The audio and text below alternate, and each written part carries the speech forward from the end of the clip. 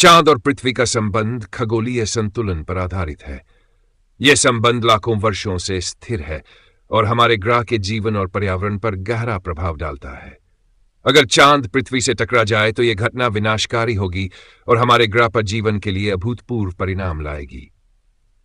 इस घटना को समझने के लिए हमें इसके विभिन्न पहलुओं पर विचार करना होगा। चांद का पृथ्वी से टकराव का परिदृश्य। चांद पृथ्वी के चारों ओर लगभग 3 अरब d की औसत दूरी पर परिक्रमा करता है। इसका व्यास लगभग 3,774 किलोमीटर है और इसका द्रव्यमान पृथ्वी के द्रव्यमान का 1/9 हिस्सा है। अगर किसी कारणवश चांद अपनी कक्षा से हटकर पृथ्वी की ओर बढ़ने लगे तो यह अत्यधिक गुरुत्वाकर्षण बल, ज्वारीय प्रभाव और ऊर्जा के विशाल उत्सर्जन का कारण बनेगा। टकराव से पहले की घटनाएं। जैसे जैसे चांद पृथ्वी के करीब आएगा, उसका गुरुत्वाकर्षण प्रभाव तीव्र होगा। यह महासागरों में विशाल ज्वार भाटों का कारण बनेगा, जो समुद्र तटों को पूरी तरह तबाह कर सकता है।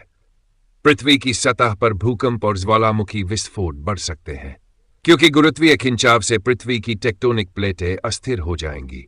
चांद के नजदीक आने से पृथ्वी की कक्षा और घूर्णन गति प्रभावित होगी, जिससे दिन रात का संतुलन बिगड़ सकता है। 2. टकराव का प्रभाव। चांद का पृथ्वी से टकराव अत्यंत विनाशकारी होगा। इस परिदृश्य को समझने के लिए हमें भौतिकी के कुछ सिद्धांतों और ऊर्जा की गणनाओं पर विचार करना होगा। ऊर्जा उत्सर्जन। चांद और पृथ्वी के बीच टकराव में निकलने वाली ऊर्जा परमाणु बमों से भी अरबों गुना अधिक होगी। यह ऊर्जा पृथ्वी की सतह को पूर्णतः नष्ट कर सकती है। टकराव से निकलने वाली गर्मी पूरे वातावरण को जलाने में सक्षम होगी, जिससे धरती पर जीवन का अंत हो सकता है। भौगोलिक प्रभाव। टकराव से धरती पर विशाल गड्ढे बन सकते हैं। चांद का आकार इतना बड़ा है कि उसका प्रभाव क्षेत्र पूरे महाद्वीपों को नष्ट कर सकता है। पृथ्वी की परतें पूरी तरह ध्वस्त हो सकती है और यह घटना पृथ्वी के आंतरिक भागों को उजागर कर सकती है। वायुमंडलीय प्रभाव। टकराव के कारण पृथ्वी पर धूल और मलबे की मोटी परत वायुमंडल में छा जाएगी। यह सूर्य की किरणों को ब्लॉक कर सकती है, जिससे नाभिकीय सर्दी जैसा परिदृश्य उत्पन्न होगा। तापमान में अत्यधिक गिरावट आएगी, जिससे अधिकांश जीवित प्राणी जीवित नहीं रह पाएंगे। महासागरों और जीवन पर प्रभाव।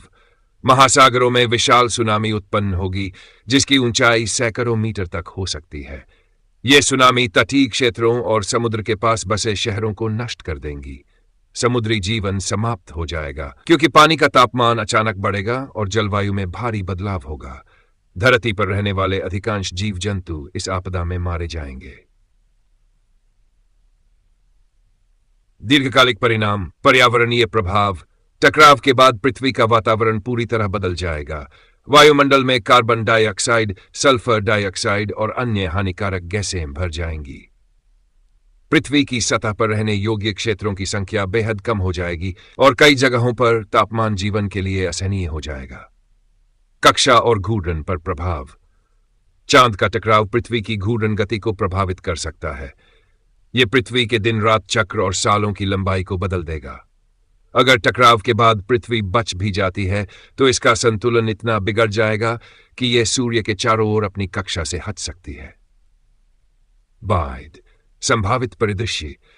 पृथ्वी का टुकड़ों में बिखरना। चांद के द्रव्यमान और ऊर्जा की तीव्रता इतनी अधिक होगी कि यह पृथ्वी को टुकड़ों में विभाजित कर सकता है। इसके परिणाम स्वरूप पृथ्वी का अस्तित्व समाप्त हो सकता है। नया ग्रह या उपग्रह बनना। अगर टकराव से उत्पन्न मलबा बचता है तो समय के साथ वह एक नया ग्रह या उपग्रह बना सकता है। यह प्रक्रिया लाखों सालों में पूरी होगी। मानवता का अंत। इस घटना के बाद पृथ्वी पर जीवन संभव नहीं रहेगा। केवल गहरे समुद्र में या भूमिगत स्थानों पर रहने वाले सूक्ष्म जीवित प्राणी ही जीवित रह सकते हैं। जिक्स। क्या ऐसा वास्तव में संभव है? वर्तमान खगोलीय परिस्थितियों में चांद और पृथ्वी का टकराना असंभव है। दोनों के बीच गुरुत्वीय संतुलन इतना स्थिर है कि यह घटना स्वाभाविक रूप से नहीं हो सकती। हालांकि अगर कोई बाहरी खगोलीय वस्तु जैसे विशाल क्षुद्र ग्रह या अन्य ग्रह चांद की कक्षा को बाधित करे तो यह परिदृश्य संभव हो सकता है। निष्कर्ष। चांद का पृथ्वी से टकराना एक आपदा से परे विनाशकारी घटना होगी, जिसे पृथ्वी का पर्यावरण, जीवन और भूगोल पूरी तरह बदल जाएगा।